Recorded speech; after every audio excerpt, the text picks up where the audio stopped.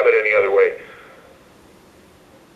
Now, I know you talked a little bit about WrestleMania already, but how much of there is, I don't want to say a fear, but a concern about cannibalizing NXT with the idea of NXT talents cascading over to the main roster leading into WrestleMania?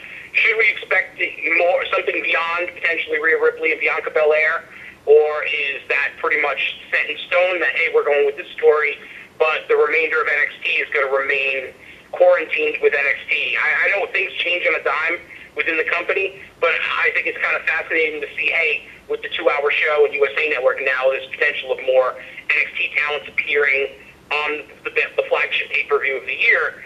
What's that conversation been like, and is there a concern about, hey, if we do too much of this, we're hurting TakeOver, we're hurting the weekly series, things of that nature?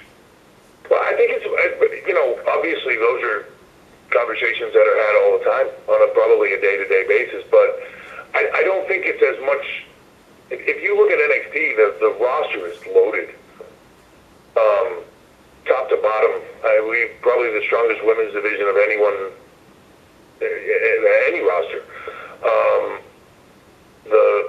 Even the men's, it's deep, and there's people sitting in the pocket waiting to get the shot.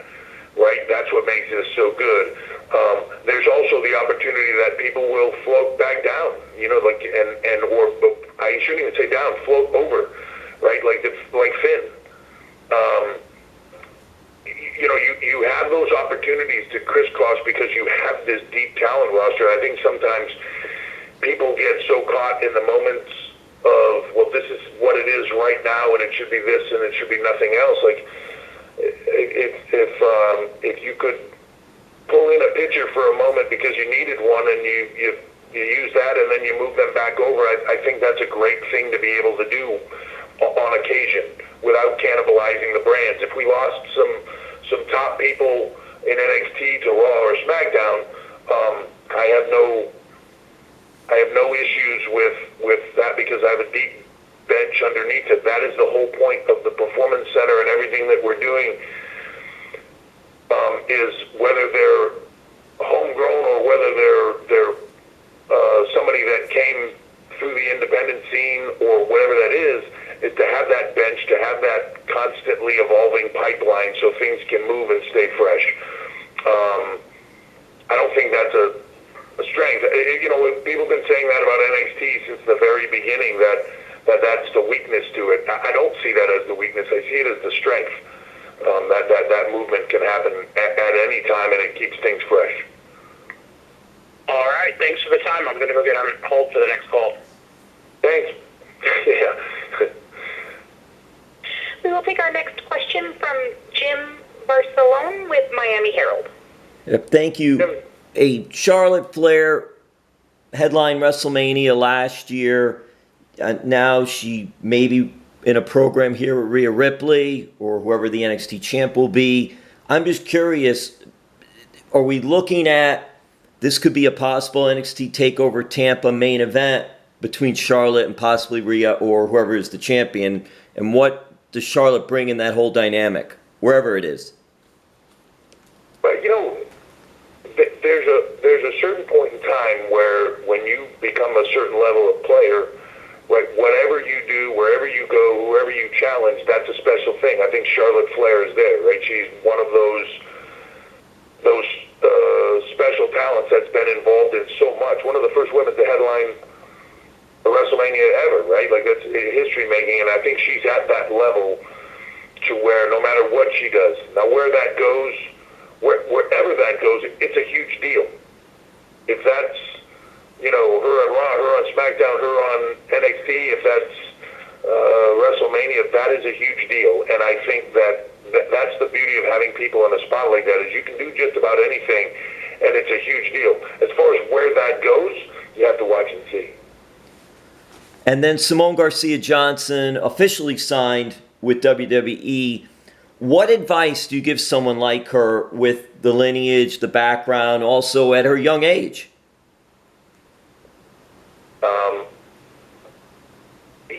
I don't think that there's any advice I could give her that she doesn't have already coming at her from her dad and her mom.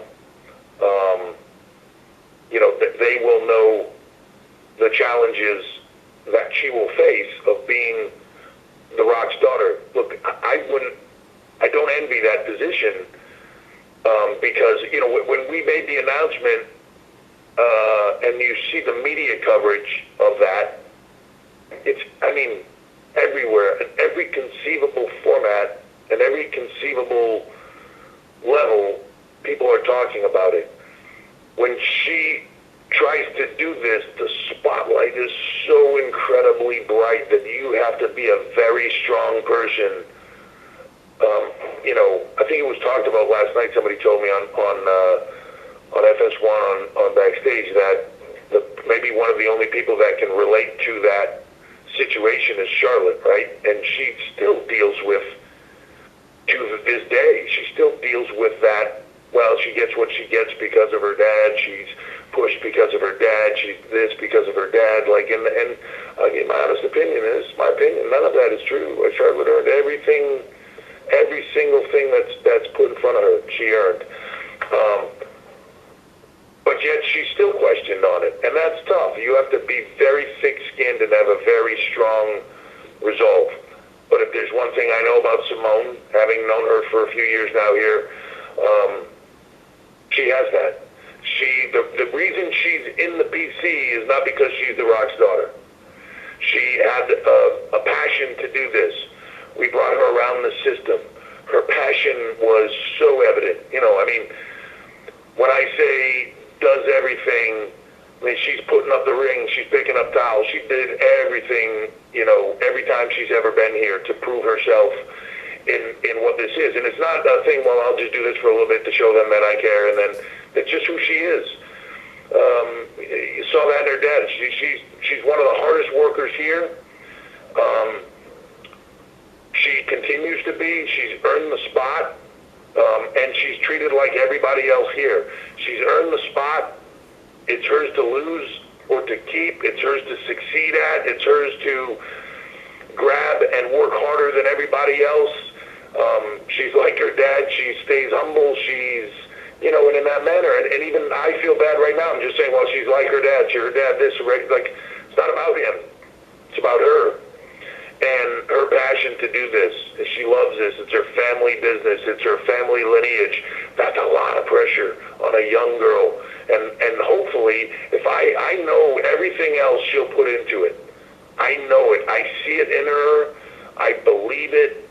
She will go to any length to succeed at this because of the passion that she has for it. If there's anything that I feel like, hopefully, that I can offer to her here, and this team can offer her, and this performance center, everything we do can offer her, is the ability to stay strong and be able to get through all the stuff that's going to come her way because of her last name and because of who her family is.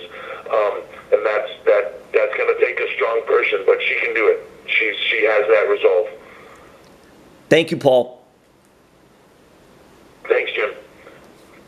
We will take our next question from Connor Casey with comicbook.com. Hey, Paul. Thanks for taking the call. Appreciate it. Hey, Tom. The last few months, we've seen Keith Lee lock horns with guys like Roman, like Steph, and a week ago with Brock. Backstage, has there been a bit of a fight to, you know, keep him on NXT? And like, no, we got more stuff for him to do before we move him over to Raw or SmackDown. Has there been discussions about that? Look, there's anybody that gets any kind of a momentum moment in anything, there's always clamoring from somebody about them. Ooh, hey, I'd like to have that, you know, and all those things. Those are strategic discussions that are had with Heyman, with Bruce, with those teams, with my team, and it comes down to people's development. You know, it's a funny thing that, and I don't mean this to necessarily say just specifically about Keith, but a lot of talent, they begin to have a moment, and then there's these thinking like, oh my God, they're so ready for this, they're so good to go, man, what took so long, all this stuff, because they believed it was there. There's these little nuances of success within this business that we're trying to teach at that level. It's one thing to have a moment of success. It's a different conversation to have a long run of success in this business. And how do you handle all that? And how do you handle those moments in time? And what do you do with them? And how do you capitalize on those? They're all big components of this. And you want somebody to succeed. It's hard to say to somebody, look, I'm not going to give you that now because I want you to succeed longer term, and if I give it to you now, it's going to be short term. So those are all things that we have to weigh through on all these talents. But yeah, if you don't think that, look, you don't have to look much past just looking at Keith Lee to go like, oh, you see what he looks like and who he is, you see his personality, and then you see what he does in the ring, and you're like, yeah, no, can I have him, please? I think same thing when you watch Bianca Belair in the Rumble, or the things that she does in the ring, or her personality now in promos. You see, Velveteen Dream. You see Ciampa. I can go down that list, right? But you want to make sure that they're ready for success on all levels, and also where's the best place for them to succeed, because the brands are slightly different, right? Like in that the entertainment components, the way that the storylines are crafted and handled. Some talent are. You've seen this over the years. I believe even just before this was a deal, that certain talent resonated better on SmackDown. Certain talent resonated better on Raw. Wasn't the right fit for them. You saw that back in the '80s. Certain talent resonated better in WCW or the NWA. Certain talent resonated better in the WWE, because they're slightly different, and those are all bits and pieces that weigh into this. So yeah, there's always anybody that is getting over or getting a look and is beginning to create buzz. Everybody's calling and looking at them, and that's a cool thing about it. And then you just got to run with it for as long as you can and as long as you have them.